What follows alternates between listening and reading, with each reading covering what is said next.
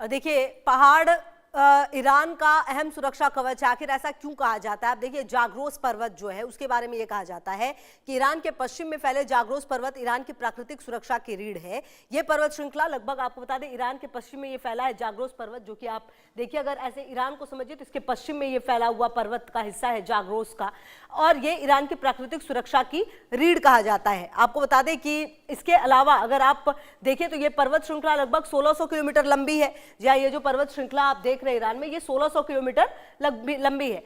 Iran की सीमा से लेकर होर्मुज स्ट्रेट तक ये फैली हुई है जाग्रोस पर्वत श्रृंखला, जो काफी जरूरी ईरान के भौगोलिक अगर आप उसके परिप्रेक्ष्य को देखें तो उसमें वो समझ में आता है। ये पहाड़ एकल श्रृंखला नहीं बल्कि कई समानांतर तहों से बने हुए हैं ये, और इस वजह से आपको बता दें ईरान का भूभाग जमीनी आक्रमण के लिए मुश्किल है। जी हाँ, और आपको बता दें कि यही वजह है। और जाग्रोस पर्वत लगभग 250 किलोमीटर गहरा पहाड़ी क्षेत्र, मतलब ये छोटे मोटे एरिया में नहीं फैला है, 250 किलोमीटर का ये पूरा दायरा है, जहां कई चोटियां 4000 मीटर से ऊंची है। कोई सेना आपको बता दें खुजेस्तान के तेल समुद्र जो मैदान है उससे तेहरान की ओर बढ़ने की कोशिश करे तो उसे ऊंचे दर्रों से गुजरना होगा। मतलब इसका जो ये पूरा पर्वत ऐसे गुजरना ही होगा, जहां मौसम भी एक बड़ी चुनौती है। जी हाँ, मौसम चुनौती है क्योंकि कहीं झुलसाने वाली गर्मी है तो कहीं पर बर्फ से ढके रास्ते हैं। ऐसे हालात में भारी हथियार और सप्लाई ट्रकों की आवाजाही बेहद मुश्किल हो जाती है। तो कुल मिलाकर ये जो पूरा पर्वत है जिसका जिक्र लगातार किया जा रहा है, जो पूरा श्रृंखला है जाग्रोस पर्वत का, ये कितना महत्वपूर्ण भूमिका इसकी है ईरान में, ये आप समझ सकते हैं। कोई भी युद्ध करने से पहले भी कई बार सोचेगा इस पर्वत की वजह से, क्योंकि बहुत मुश्किल है इसको पार कर पाना। अब देखिए पहाड़ ईरान का अहम सुरक्षा कवच है, ये हमने आपको बताया। अब अल बीजी की पर्वत की बात करें तो अल-बोश पर्वत की, अब देखिए ये जो हिस्सा है ना, यहाँ पर देखिए, यहाँ पर तो जाग्रोस था, ये वाला एरिया अगर आप देखें तो यहाँ पर जाग्रोस था, लेकिन अगर आप इस हिस्से को देखें, आप अल-बोश पर्वत है, ये जो रेड में आप होते हुए देख रहे हैं यहाँ से, ये ईरान है अगर, तो इस वाले हिस्से पर ये अल्ब्रोज पर्वत है। उत्तर में ये अल्ब्रोज पर्वत है और ये कैस्पियन सागर के किनारे 600 किलोमीटर तक ये फैला हुआ है। जी हाँ, 600 किलोमीटर है दायरा इसका, जो कि ये फैला हुआ है कैस्पियन सागर के किनारे। इसके अलावा आपको बता दें कि ये जो अल्ब्रोज पर्वत है माउंट दमावंद जैसी ऊंची चोटी है। जी हाँ, इस पर्वत में माउंट दमावंद जैसी ऊंची पर्वत है। ये पूरे मध्य पूर्व की सबसे ऊंची पर्वत मानी जाती है। अल्ब्रोज पर्वत श्रृंखला उत्तरी उपजाऊ इलाकों को अंदर के सूखे पठार से अलग करती है। ये पूरे मध्य पूर्व की सबसे ऊंची जगह मानी जाती है और अंदर के सूखे पठार से अलग करती है। अगर कोई सेना उत्तर से अंदर घुसने की कोशिश करती है तो फिर उसको भी 2 बार सोचना पड़ता है। जी हाँ, आपको बता दें कि पर्वत श्रृंखला उत्तरी उपजाऊ इलाकों को अंदर के सूखे पठार से अलग कर देती है। अगर कोई सेना उत्तर से अंदर घुसने की कोशिश करे तो फिर उसे समुद्र से होकर ही आना पड़ेगा और जो परिस्थितियां हैं उससे निपटना पड़ेगा। इसीलिए जो मुश्किल है उसे समुद्र से कुछ ही दूरी पर हजारों मीटर की खड़ी चढ़ाई करनी होगी। ये अपने आप में बेहद महत्वपूर्ण है और अगर वो इन पहाड़ों को पार भी कर ले तो सामने जो ये पूरा खुलता हुआ ईरानी पठार है इसको भी क्रॉस करना ये अपने आप में एक बड़ी चुनौती है। तो आप समझ सकते हैं कि ये जो अल्ब्रोज पर्वत है वो कितना ज़्यादा खास है। अब ईरान में अंडरग्राउंड एयरबेस जो है वो क्या क्या है आप देखिए। ईरान के पास मिसाइल सिटी है। जी हाँ, कहा जाता है कि ईरान के पास पूरी मिसाइल सिटी है। ईरान अपने बचाव के लिए सिर्फ भूगोल पर ही निर्भर नहीं है, मतलब ये पर्वतों पर सिर्फ निर्भरता नहीं है उसकी, बल्कि उसने दशकों से जमीन के नीचे सैन्य ढांचा विकसित किया है। जी हाँ, कहा भी जाता है कि ईरान अपने जो सैन्य ढांचा उसने जो नीचे विकसित किया है वो अपने आप में काफी खास है और वही उसे बचाए रखने में एक बड़ी भूमिका निभाती है। जी हाँ, पश्चिमी हवाई ताकत का जो मुकाबला करने के लिए उसने सुरंग बनाई।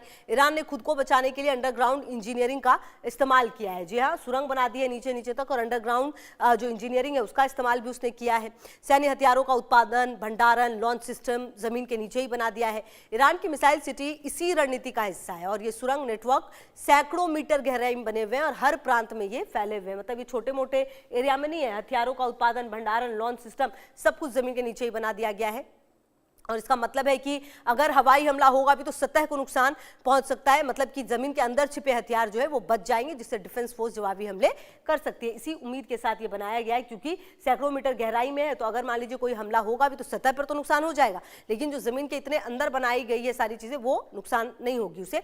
44 नाम का एक अंडरग्राउंड एयरबेस भी है जो जाग्रोस पहाड़ के भीतर ही बनाया गया। ये सिर्फ एक सुरंग नहीं बल्कि पूरी आप समझिए एक बटालियन है, सेना है और इलाका, इसका मतलब है जमीन के अंदर छिपे हथियार ही बच सकते हैं, इसे डिफेंस फोर्स जवाबी हमले कर सकते हैं। अब आपको जरा ये भी बताते हैं कि अब ये तमाम चीजें तो आपने देख ली, एक तरफ कहाँ जागरोस है, कहाँ अल्फ्रोज जो है वो है। अब आप ये देखिए कि कहाँ से ईरान में घुस सकता है ये अमेरिका।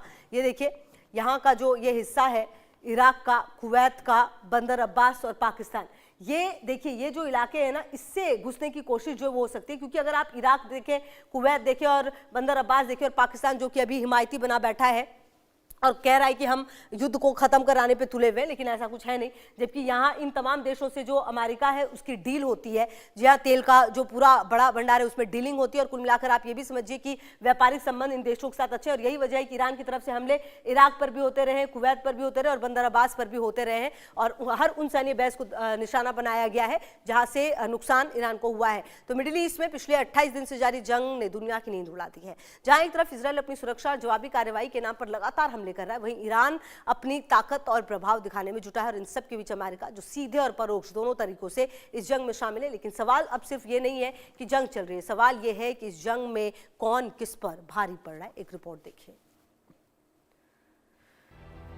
28 दिनों से चल रहा मिडिल ईस्ट, मिसाइलों की गूंज, ड्रोन का कहर,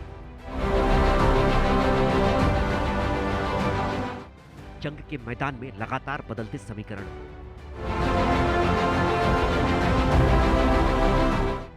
हवाई हमलों के बाद अब जमीनी युद्ध की बारी।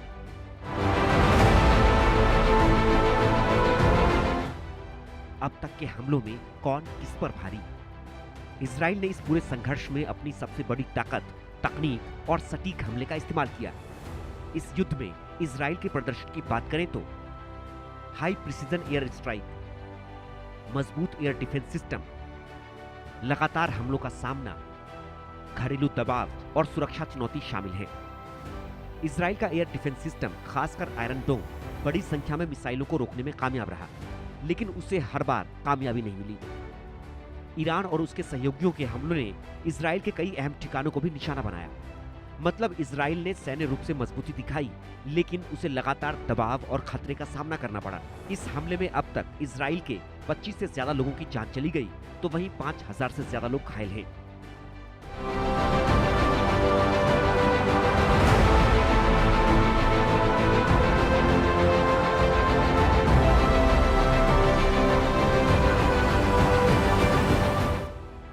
यानी ईरान, इजराइल और अमेरिका के सामने हर मोर्चे पर मजबूत बनकर उभरा है।